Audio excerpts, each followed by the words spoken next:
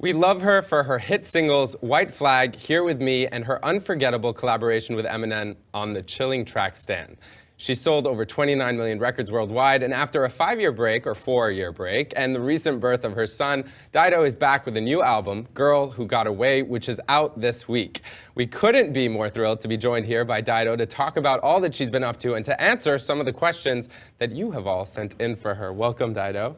Such a pleasure to have you. Oh, it's a pleasure to be here. For us here at HuffPost Live, but also for me personally. But so, you know, I asked you earlier how long you've been away, but what have you actually been doing? That's the more important question. Well, I was making a record, and I thought I was doing it super quick this time.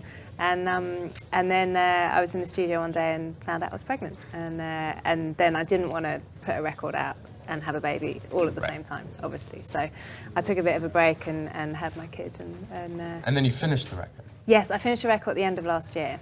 And so it's called Girl Who Got Away. Yes. So are you the girl who got away? What's that Well, about? I was for a minute, now I'm back. Yeah, I mean, for me, like, that's just one of my favourite songs, if not my favourite song on the record. And then everyone else loved the title because they were like, oh, you're just always disappearing and then come back, and you know, so yeah. It seems that way. So it is kind of a personal... It's not intentional, but I somehow do keep disappearing. All right, well, before we move forward, I just want to show a clip from No Freedom, which is your latest single. Let's play that clip. Take it by your silence, and I'm free to walk out the door. By the look in your eyes, I can tell you don't think I'll be back for more. Try to think of a world where you could stay and safe hands could go.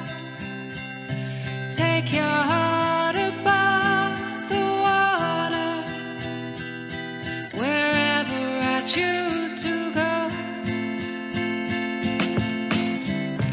No love without freedom. No love without freedom. No love without freedom. No freedom without love. Really, Dido, an inimitable voice, but there you're repeating no love without freedom. What does that mean? I mean, it means a whole heap of things, and like a lot of people have come to me with like wildly different stories for what it means. You know, anything from like religion to love to death, anything. For me, it was just about that feeling of, you know, I do all these amazing things in my life, and I'd be on my own traveling the world. And if I had someone at home loving me, it felt like freedom, and if I didn't, it just felt lonely. And it's sort of that song. And everyone can relate to that, and that's why it's probably such a powerful song. But there's also electronica and dubstep, at least the influences of that in this album, in that song even, maybe. Do you feel like that's a departure from what you used to do? Not really. I mean, I think it's actually more going back to what I used to do. I sort of departed from that a bit on the third record and kept it really not electronic and stuff. And now I've sort of gone back to what I know best, really, and had real fun doing it. Right, and it shows. And you know, so many people draw inspiration from music, but your music in particular, I would say, is very inspirational, even just in its tonalities. It's really true. Where do you then draw inspiration? I mean, just everyday life, you know, and you know, I love being alive and listening to people's stories, and it's that really. It's sort of my own emotions. It's usually quite small moments in time, and just stories that people tell me, and you know.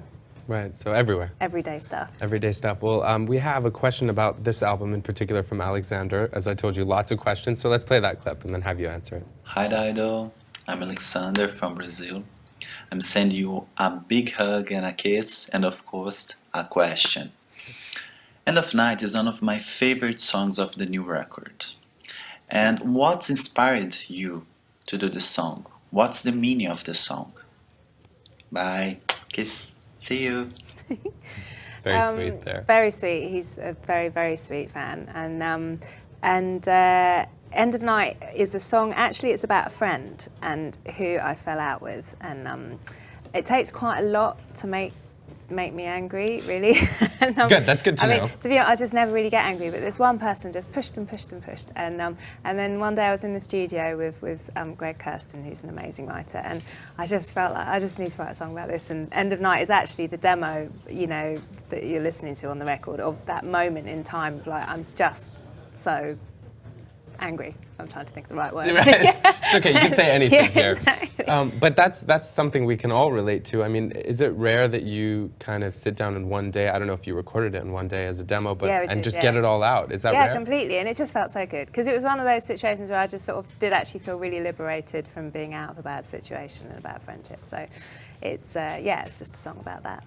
So speaking of your songs, before we move on to other things, you have a song on your album called Let Us Move On, and it's in collaboration. It features Kendrick Lamar.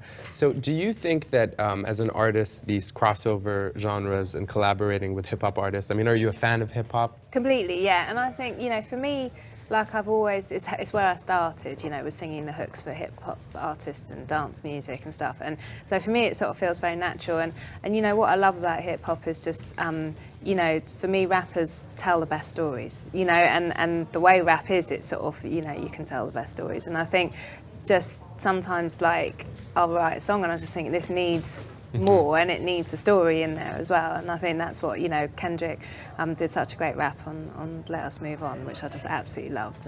And why do you think that is? Why do rappers tell the best stories? I kind of agree with you, but why is that? I don't know. I mean, I think, you know, if you're a great rapper, you know, I mean, just watching Eminem, the way he worked when I was working with him, like, he's just so smart. Like, he's so clever and able to sort of see the world and translate it in such a sort of incredible way. And I think, like, I'm always in total, you know, have so much respect for, you know, great rappers. Right, and Eminem, speaking of Eminem, I mean, do you think that collaboration, Stan, I know people are making assumptions that you named your baby Stan Yes. after the song, but I don't want to presume that, and I know that's not true now, but do you think that that collaboration changed you as an artist, or did it help change your career in any way? I don't think it changed me as an artist, but it definitely changed my career. You know, like, I'd sort of been, you know, touring and doing really well, and you know, things were going really well, and then Stan came out and it was just like stratospheric, sort of, you know, definitely had an impact, you know, and great, you know, it was brilliant. Like, so many people got to hear my music, and it was pretty amazing. Right, it's an amazing song. I know that you also, this is something personal for me, because as much as I love my sister, we don't always get along. But you and your brother kind of have to get along, because Rolo Armstrong's produced a lot of your music. So how has that factored in? I mean, I was going to mention that I think it's important, you know, that you grew up in a musical family? Actually, no one's musical. And and Rollo's, not even your brother? No, he's completely, he's a brilliant lyric writer, he's a brilliant producer. It's unfair to say he's not musical, because he is, but he doesn't actually play anything, totally tone deaf, you know, can't sing, blah, blah, blah. It's like our brains got split at birth almost, and he's like, he sort of does all these things that I wouldn't really want to do, and he's brilliant at, and then I do things that he can't really do. So it just works great. You know, we work really well together. We're such good friends, and we get on really well. We have fights, but they're always about music. Like, we don't have fights about life. You know, I think we've got a lot of the same values, but there's certain songs that I might play him and he hates them, and I just think, I know this is good, and he hates it, and then we just like, that's when you fight. Yeah, big fight. Of course. All right. Well, I also do want to ask you about your sound, which is hard to really, I mean, to me, and I hate this word, it's really unique. I mean, it's distinctive and it's recognizable. It's almost unparalleled in the sense of, like, for me, recognizing it when you hear it, whether at a bar or you're singing in the shower. Not that I do that, which I might. But my question then You were is, there. you've said that in a BBC interview, you are the sound of modern conflict. I didn't say that. Okay, good, because I'm going to get mad at my producer. Why did you say that she said that? No, it was said it on a website, and I was like, I mean... Here's the thing. Like, it's not even the sort of thing I'd say. I didn't want to, I mean, I don't know you now. I'm getting to know you perhaps a little bit, but I was like, did she really say that? No, of course not. The one thing I did say, probably, is where it maybe all got distorted, was that I like writing songs about conflicted situations, i.e. they're not black or white or, you know, whatever. But no, I would never say that in a million years. Oh, the BBC. No, but it's funny because I was reading it thinking, I mean, I didn't know you, but you seem so down to earth, and it just seems like an odd statement. No, it's awful when you read stuff like that. Does that happen a lot? Not much, thankfully, but when it does, you're just like, oh God, you know, it's just embarrassing, you know. All right, so we're just going to expose not you, but the BBC, because my producer Yes. just said it. Because apparently, according to the BBC website, I know, I am the sound of conflict. you are the sound of, oh, sorry, not even modern conflict. No, just so now conflict. The game of telephone Yeah, has started. Now, I think my senior producer is mad that I showed that. But whatever, we're all about transparency here at HuffPost Live. And more important questions. You have been nominated for a Grammy, for Oscars, but you seem, more than perhaps other artists, to kind of, when you're not on stage, kind of step out of the spotlight. And you said maybe that informed even the title of this album. You were joking that, you know, your friends say you always disappear. So, I mean, why is that? Is that conscious? I don't know. I mean, I guess it's just what I do, you know. I guess that's how I write songs, because I feel like if I'm sort of, I toured for a really long time around the first two albums, and I'd been on tour for about 9 years at one point, and sort of solidly, and I just thought, at that point, I sort of took a step back, and it just gave me so many more things to write about if I was just, I don't know, just living a pretty normal life, you know, and, yeah, I think if I stay in the touring bubble for too long, you sort of run out of things to write about. So then there's the song White Flag, which we all know, and there's that lyric that I would fixate on and often did as, when I was growing up in Egypt, I told you I used to watch that all the time. The line is, I'm in love and always will be. Now maybe, as a kid, I used to watch thinking, maybe she's talking about me, who knows? But of course I was talking about you. Of course you were. The truth comes out. The BBC should publish it. She was talking about me. No. Yeah. So who's that about? That was about, at the time, my ex, a fiance actually, and many years ago, and we broke up, and that was, you know, classic heartbreak song, and you know, I really meant it at the time. And maybe today too. I mean, that lyric is so powerful. Like, you know, I will always be in love. Yeah, I mean, but I also think, yeah, it's true. I think with anyone that you've loved, you always, you know, you're always going to have love for people. Do you know what I mean? It doesn't just like die. Of course. You know, and but yeah, probably not as true now, but it was, you know, it's true way back then. Right. All right. So one more question. This is, I love this guy, Kia. He works here with us at HuffPost. He asked me to ask you, first, do you ever get tired of performing White Flag? And more importantly, do you ever get tired of being asked if you get tired of performing White Flag? Actually, no, I just love it. And because the audience response is always so great to that song, like there's nothing better than singing a song and then other people singing along, or they're just like, you know, they just look like they're having a good time. And that's just like, to me, that makes it so much fun to perform, and I love it. It's a great song to sing as well. You can properly like put everything into it. It's a good song to sing. So is it your favorite song? Probably, like the other one that has a real sort of nostalgia and a good feeling is Thank You, obviously. Like whenever I perform that, it's so, you know, it's a sweet song, and it's like, but yeah, there's loads, it's sort of, you know, certain songs are just really fun to perform. So you're also a mother. Yes. How old is Stanley? 10 months? 20 months. 20 months? Yeah. All right. And I know that you said you're going back to London in 2 hours. Yes. To be with him. What is some advice that you would give as a mother, or that your mother gave to you? Let's start, because Mother's Day is coming up. Is it? My mother's advice is all completely crazy. So, but, bad advice? Yeah, no. You like do the opposite. I think there's a few things that people said to me. Like my sister-in-law gives me great advice. Rollo, my brother's wife, she's amazing, and they have these amazing kids too. And I think, you know, it's just that thing of do your best, and because what happens is you sort of have a baby and you have all these ideals, and you're like, I'm going to do this and I'm going to be perfect, and it just goes out the window in like 24 hours, you know. And I just think, you know, someone said to me, you know, he'll turn you into the parent that he wants you to be, and I think that's sort of really true. Like, you know, once your kid comes along, you just sort of become whatever he needs, and it's sort of, you know, it's pretty liberating. One of our producers here, Charlie, she's a fan of your music, and she actually has a great voice. Charlie, you do, it's true.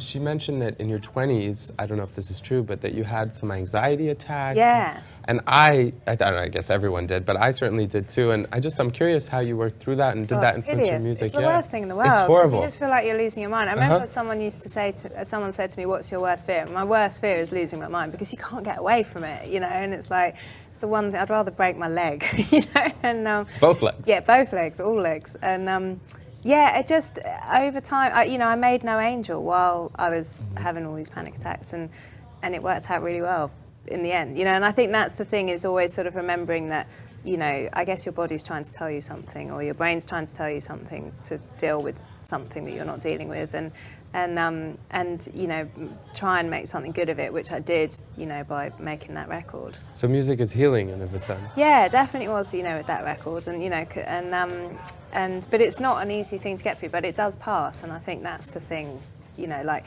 I've got lots of friends who come to me and they're like, oh, you know, if they're feeling a bit strange, and it's like, it will, I promise you this will pass, it just will, and that's a bit what Let Us Move On is about, that song, yeah. And if someone's having anxiety, I can't even think of anything better than playing one of your songs.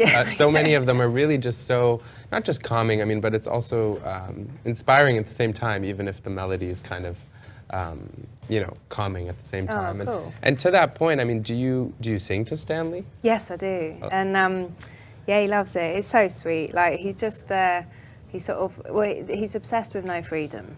Like he needs that every night to go to sleep. That's adorable.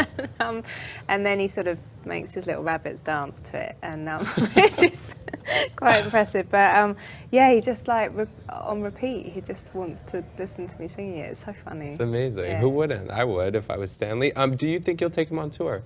Oh, now yeah. that you're a mother? Yeah. Oh yeah, completely. You Like, can. I hate being apart from him. It just feels weird. Right. Yeah. Makes sense. My sister actually I have a niece, she's about 20 months. Right. So is he talking? Is he? Just, you know, sort of, he's making himself understood probably only to me. You know, it's like, That's how it goes. It's yeah, true. all the words sort of sound slightly the same, but I know what they are. That's all that matters at the beginning. Exactly. So then, would you say that he has inspired you in any way differently in terms of your music? Has he had an influence on how you think you'll be making music moving forward? I think so. I mean, you know, funnily enough, I was saying to someone the other day, all my nerves have gone since he came along. I used to get so nervous when I was performing, and I just don't anymore, and I don't know why. And it's like, he sort of knocked that out of me, I guess because he's just the most important thing to me. And so it's funny, so like, it's hard to get nervous about Everything else is in a different context. Completely, and he has a real calming thing on me, I think, and just the amount of hours that I spend playing must be good for a person. Yes, do you know what I mean? I of just course. think, you know, playing's great. It's amazing. I know it's the story of my life. I wish I was playing with my niece right now. We'll be wrapping up shortly. We have a question from Justin. Let's take a listen. Hi Dido, I just want to congratulate you on your baby and also on your record. And I just had a question. How does pregnancy affect the singing voice? We've had some students here that have been pregnant, and I have one who just got pregnant recently, and I wondered if you went through any vocal changes or any problems or difficulties while being pregnant as a singer. Thank you so much. I loved singing pregnant, and yeah, I loved it. And actually, halfway through, sort of announced to everyone that I wanted to do all my albums pregnant, which they were a bit alarmed by. But yeah, sort of, I don't know what it did, but I loved having Stanley sort of kicking away, and you know, it was like having a little friend just dancing to the music while I was singing, which was sort of really cool. Right. No, I can only imagine. And do you think you'll make children's songs? I don't know. know I'd what say that no means. now. Yeah. I know people keep asking me, they're like, do you have children's album? And I'm like, I don't think so. But you never say never. You never know. I might just like suddenly decide that's a really good idea. No, that's a really good attitude, I would argue. All right, so we have other questions. This is from Happy Curtis Gold. Maybe he made one of these for you. He says, do you ever watch fan videos of your music? What do you mean by fan videos? I guess you know how people upload stuff to YouTube. They're really inspired by your music. Oh yeah, no, I love all that stuff. Really? Yeah, it's brilliant, you know, and I love, you know, everything that, I mean, you know, I totally, especially on the Twitter thing, you see some guy's just sent me a picture, he's just tattooed the lyrics to No Freedom on his arm. Really? Yeah, I just saw it about 5 minutes ago. That's incredible. Where is he? We should bring him on. I know, he's in Brazil somewhere. And so we have one more question. This is our last video question from Portugal. This is from Pedro. It's pretty interesting. Let's take a listen. Oh, we lost it. Well, what was the question? I don't want Pedro not to get his opportunity. Do you guys remember? All right, I think this is the question. Oh no, now we have it. This is how it works at HuffPost Live. We're giving her whiplash. Hello Dido, I'm Pedro from Portugal and I'm a huge fan of yours. I have two questions for you. The first one is to do with touring. I want to know if you're planning on going on tour with this new album, and if so, if there are any chances that you might come back to Portugal. The second one has to do with the album. It's an amazing album, by the way, and my favorite track is Day Before We Went to War. But the most intriguing for me is All I See, and that is so different from everything you've done, and I want to know what was the inspiration of the song. Thank you and the best of luck for you and the album. All I See actually is the song I did with a friend of mine who lives here, Pete Miser in New York, and and he was the DJ in my band many years ago, and then we became best friends. And he's a rapper here, and yeah, he just sent me this amazing backing track, and I wrote a song over it, and he did a rap on it, and it's just like I literally did the whole thing at home, kitchen table. You know, it's just yeah, and yeah, it's a great track. I'm glad he likes that. But and, you didn't record it on the kitchen table. Well, yeah, I did. Yeah, actually, yeah, it's the one where I actually recorded all the vocals and did all the beats and did all that. It's amazing what you can do. Yeah, it's really, true, you know. actually. It's sort of terrible for studios. It's true. Great for us. But good for mothers. Yeah, exactly. You're making breakfast and recording in the kitchen. Do you think that this, I mean, the reality is, as we were looking through your fans, there was so much of it in so many different languages, and you know, I told you even growing up in Egypt, I mean, it seems like you've really spawned the entire world. What do you think it is about your music that speaks to such a, I mean, I know it's a general question. Absolutely no idea. You really don't? I don't know, but I feel so lucky, you know. But it's amazing when you, like, I used to travel and I'd go somewhere, maybe even on holiday, and I'd be in an airport somewhere having complete culture shock, you know, wherever I was, and then someone would come up and be like, oh, I love your song, and you just think, this is crazy, I've never been here, you know, I don't know where I'm going, and what's so nice about it for me is it's just made the world feel sort of small in a good way, and just made me feel really part of it, and just feel good everywhere I go, you know. Right. Pedro's going to be upset with me if you don't respond as to whether you're going back to Portugal. Yeah. Oh yeah, no, I'm sure if and when we go on tour, we will definitely go to Portugal. I love Portugal. There you go, Pedro. She's coming, so buy the tickets. You talked about a lot of collaborations, and we have Lux 14 minutes ago asking us, who are your top 5 favorite artists today, and who would you like to collaborate with the most? You don't have to say the top 5, but... Yeah, top 5 might be a bit complicated. As you know, there's so many. I mean, people I love Adele, I love Emily Sandé, I love the Lumineers. My most top collaboration would be them this week. That's like... And it changes next week, I right? do, yeah, but I just absolutely love them. What about them? I don't know, I just love it. It puts me in a good mood. There's something great, you know, just sonically, it's just what I want to listen to, and I'm always singing along, and I just, yeah, they would be my top collaboration. And when you make music, this is actually my question, I'm actually just curious. Is it lyrical that's more important to you? Is there any aspect of it? I mean, there's so many different things, as you said, even just in that example of being at your kitchen table, there's the music part, the lyrics. I mean, is it the lyrics that you think really solidify a track? Yeah, I mean, the lyrics are so important, and they take me the longest. Like, the melody is usually the first melody that I come up with, I stick to, because your first instincts are usually pretty good. And but lyrically, I can sort of torture over the lyrics for longer. Because to me, like, you know, you've only got so many lines to say what you want to say, and I always want to make sure that everything's in there, but well, you're certainly doing it according to Jacinta. Dido, you're a lyrical genius. That's very sweet, but I can't take all the credit because my brother writes some of the lyrics too. Yes, So even if he's toned probably down. the lyrical genius. Really? Yeah. Fantastic. You heard it first here. BBC cover it. Dido, it's such a pleasure to have interviewed you. Oh, Thank you brilliant. so Thank much you for so joining much us. for having me. And I know you're headed back to London, so we Yes. don't want to make you late. Thank But you. thank you again. Much more coming up here. There we go. Back at HuffPost Live. There you have it. If you want to keep this conversation going, remember in the comment section you can keep it alive. So keep talking to us, and thanks for watching. It's gonna